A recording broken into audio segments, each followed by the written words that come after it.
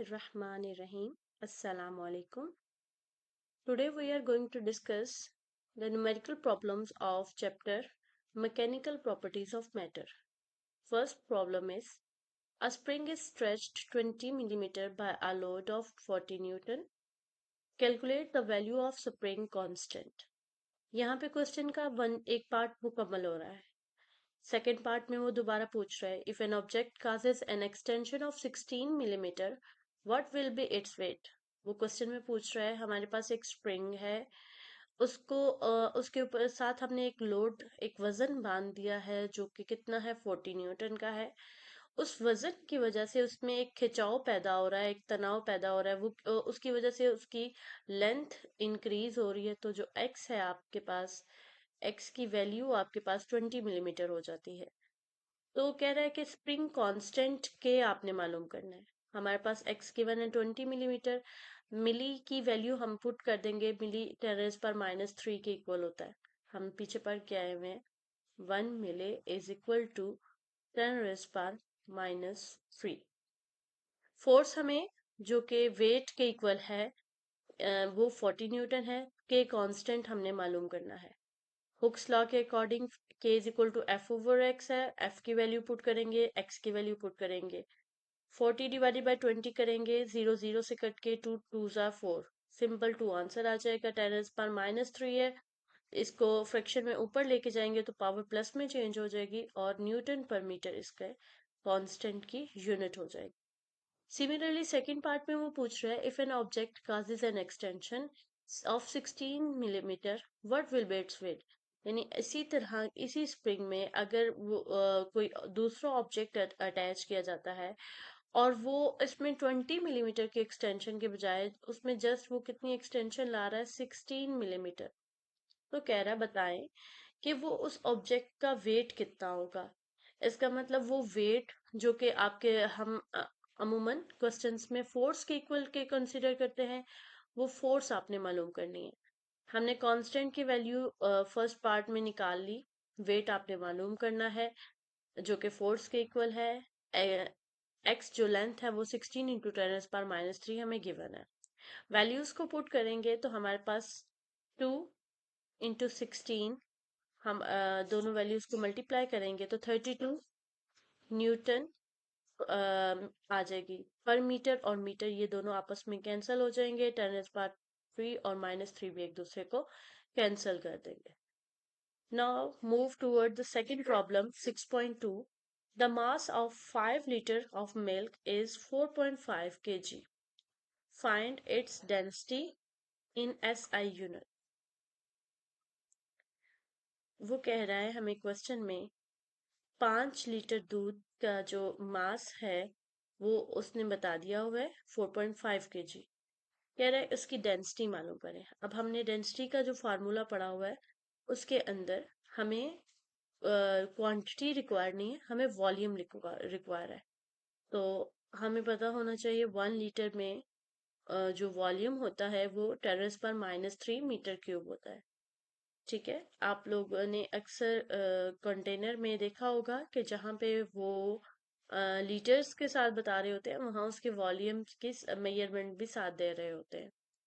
तो फिर इस हिसाब से जो 5 में कितना हो जाएगा 5 लीटर में 5 into 10⁻³ metre cube. Mass of milk कितना है 4.5 kg. डेंसिटी का फॉर्मूला हमने चैप्टर में पढ़ा mass divided by volume. 4.5 kg को डिवाइड कर देंगे 5 इंटू 10⁻³. 4.5 को 5 से डिवाइड किया 10⁻³ ऊपर जाके प्लस में चली गई और यूनिट इसका बन गया किलोग्राम पर मीटर क्यूब. तो ये आपके पास आंसर आ जाएगा 0.9 इंटू 10⁻³ किलोग्राम पर मीटर क्यूब. अब हम अपने थर्ड क्वेश्चन की तरफ चलेंगे. थर्ड क्वेश्चन में वो कह रहा है when a solid of mass 60 gram is load into a measuring cylinder, the level of water rises from 40 centimeter cube to 44 centimeter cube. Calculate the density of solid. वो कह है उसने क्वेश्चन में हमें क्या बताया हुआ है कि कोई भी सॉलिड है जिसका मास कुछ भी है, उसने बता दिया इसका मास 60 ग्राम है। इसको आपने पानी में जब डाला तो पानी की पहली जो मेजरमेंट थी वो 40 थी, चेंज होके कितनी हो गई, 44 सेंटीमीटर क्यूब हो गई। कह रहे हैं इसकी डेंसिटी आपने कैलकुलेट हमारे पास वाटर लेवल की मेजरमेंट से हम जो इसकी वॉल्यूम की कैलकुलेशन कर सकेंगे। हमारे पास दो वाटर लेवल की रीडिंग आ रही है, एक उस सॉलिड के पानी के अंदर जाने से पहले की रीडिंग है और एक उस सॉलिड के पानी के अंदर जाने की बाद की रीडिंग है। जब सॉलिड पानी के अंदर नहीं गया था तब पानी की लेवल जो था वो 40 सेंटीमीटर क्यूब था, और जब सॉलिड पानी के अंदर चला गया तो पानी का लेवल 44 तक पता चला गया। इसका मतलब हम इन दोनों को डिफरेंट माइनस करेंगे तो हमारे पास वॉल्यूम ऑफ सॉलिड आ जाएगा। ठीक है, वॉल्यूम ऑफ सॉलिड आपके पास माइनस करने से 4 सेंटीमीटर क्यूब आ गया। मास ऑफ सॉलिड हमें वैसे ही क्वेश्चन में गिवन है। यहाँ से हम डेंसिटी निकालेंगे, density is equal to mass divided by volume. तो 60 gram divided by 4 centimetre cube, centi की हम वैल्यू पुट करेंगे, सब ग्राम को भी हम चेंज करेंगे किलोग्राम में। 1 ग्राम हमारे पास हम 1/1000 किलोग्राम यानी 1 × 10⁻³ किलोग्राम होता है। तो ये वैल्यू हमने यहाँ पे पुट कर दी, ग्राम की जगह पे 10⁻³ किलोग्राम आ गया। सेंटीमीटर क्यूब को भी हम मीटर क्यूब में चेंज करेंगे। सेंटी जो है 1 सेंटी हमने फर्स्ट चैप्टर में पढ़ा हुआ है, वो 10⁻²मीटर के इक्वल होता है। चूंकि क्यूब पावर है, इसके ऊपर भी क्यूब पावर आएगी और 3 2 6 हो जाएगा। और ये 6 पावर 10⁻⁶ ये फ्रैक्शन में है, 10⁻�6 ओवर में है। जब आप इसको ओवर से ऊपर लेके जाएंगे तो -6 किस में चेंज हो जाएगी, +6 में चेंज हो जाएगी। अब चूंकि पावर ऊपर पहले से 10⁻³ पावर मौजूद है, ये दोनों पावर आपस में मल्टीप्लाई हो रही है, प्लस हो जाएंगी। 6 के साथ प्लस का साइन आया, 3 के साथ माइनस, तो प्लस माइनस माइनस, 6 में से 3 माइनस करेंगे तो 10⁻³ वहां 60 को 4 पे डिवाइड करें तो आपका आंसर 15 आ जाता है। यानी क्वेश्चन में हर स्टेप को अलग अलग करें। आपका जो 10 रेज पावर वाली प्रॉब्लम है उनको अलग सॉल्व कर लें, यूनिट्स को अलग सॉल्व कर लें, और बाकी जो कैलकुलेशन है उनको कैलकुलेटर की मदद से आप डिवाइड कर लें, तो आपको क्वेश्चन सॉल्व करना बहुत ईजी हो जाएगा। ये आपके पास 15 × 10⁻³ किलोग्राम पर मीटर क्यूब। क्वेश्चन देखने में बहुत सिंपल है, लेकिन इसमें आपको सबसे पहले यूनिट्स को चेंज करना पड़ा, इसलिए क्वेश्चन थोड़ा सा उसमें डिफरेंट हो गया। पहले ग्राम को हमने किलोग्राम में चेंज किया, इसी तरह से सेंटीमीटर क्यूब को हमने मीटर क्यूब में चेंज किया। ये गलती स्टूडेंट से होगी यहाँ पे कि जब वो सेंटी की जगह 10⁻⁻² लिखेंगे लेकिन उसके ऊपर पावर क्यूब लेना भूल जाएंगे, जो मोस्ट प्रोबेबली हो जाता है। नेक्स्ट क्वेश्चन है, a block of density 8 × 10⁻³ kilogram पर metre cube has a volume 60 centimetre cube, find its mass. इस तरह का कोई भी ब्लॉक है आपके पास, कह रहा है इस ब्लॉक की अगर उसने डेंसिटी आपको, जिसको हम रो से रिप्रेजेंट करते हैं, वो उसने बता दी हुई है और उसका वॉल्यूम भी बता दिया हुआ है। कह रहा है बताएं इसका मास बताएं। तो सिंपल आप डेंसिटी के फार्मूले की मदद से ही मास निकाल लेंगे। आपने डेंसिटी मास ओवर वॉल्यूम, यहाँ से वॉल्यूम डिवाइड हो रहा है, दूसरी साइड पे जाके मल्टीप्लाई हो जाएगा, mass is equal to density multiply volume. Density जो क्वेश्चन में बताई हुई है 8 × 10⁻³ किलोग्राम पर मीटर क्यूब, ये वैल्यू पुट कर देंगे। और यहाँ से वॉल्यूम सेंटीमीटर क्यूब में है तो इसलिए पहले हम इसको किस में चेंज करेंगे, मीटर क्यूब में। उसी तरह से चूंकि क्यूब है पावर, तो सेंटी की जगह 10⁻⁻² और फिर ऊपर पावर 3 आ जाएगी, तो 3 2 6 हो जाएगा। अब इसी तरह आपने क्या करना है, सिंपल वैल्यू को सिंपल वैल्यू से मल्टीप्लाई कर दिया, 10⁻³ को 10⁻⁻6 से मल्टीप्लाई करेंगे, और देन आफ्टर यूनिट को यूनिट के साथ मल्टीप्लाई करेंगे। तो 8 60s आर 480, यहाँ से 10⁻³ माइनस 6 करेंगे तो 10⁻⁻³ रह जाएगी। किलोग्राम पर मीटर क्यूब में मीटर क्यूब ये दोनों आपस में कैंसिल हो जाएंगे, तो आपके पास आंसर आ जाएगा 0.48 किलोग्राम। ये आपके पास ब्लॉक का वेट आ जाएगा। इसके बाद चलते हैं क्वेश्चन नंबर 5 की तरफ। वो कह रहा है क्वेश्चन नंबर 5 में, अ brick mayor 5 centimetre into 10 centimetre into 20 centimetre. उन्होंने डायमेंशंस बता दी हुई है, उसकी लेंथ ब्रेथ और विड्थ बता दी हुई है ईंट की। If its mass is 5 kg, अगर कहता है अगर उसका वजन क्या है आपके पास 5 kg है, calculate the maximum and minimum pressure. हमने इसमें maximum and minimum pressure when the brick can exert on a horizontal surface. तो हमें क्वेश्चन में ब्रिक की डायमेंशंस बताई हुई हैं, उसकी लंबाई चौड़ाई ऊंचाई बताई हुई है, उसका मास बताया हुआ है, और कह रहा है कि बताएं कि जो ब्रिक है आपकी वो प्रेशर मैक्सिमम और मिनिमम कितना लगा रही है हॉरिजॉन्टल सरफेस पे।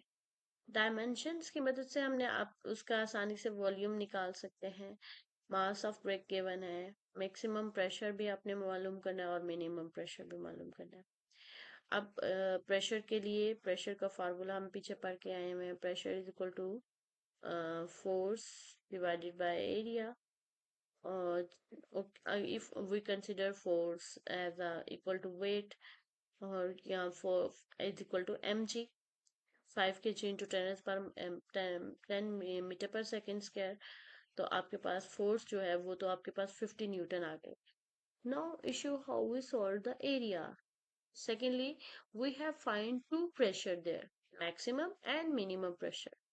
So firstly, ये थोड़ा सा चीज समझने की है। हॉरिजेंटल सरफेस पे बॉडी प्लेस है, इसकी ये जो फर्स्ट वाली साइड होगी, ये फर्स्ट वाली साइड, और एक फुल साइड का प्रेशर और होगा, और एक साइड का प्रेशर होगा और होगा। तो पहले हम इसका एक साइड का एरिया लेंगे। जब ये डायमेंशंस तो फुल वॉल्यूम की है, हम एक साइड का एरिया लेंगे, देन आफ्टर दूसरी साइड का एरिया लेंगे।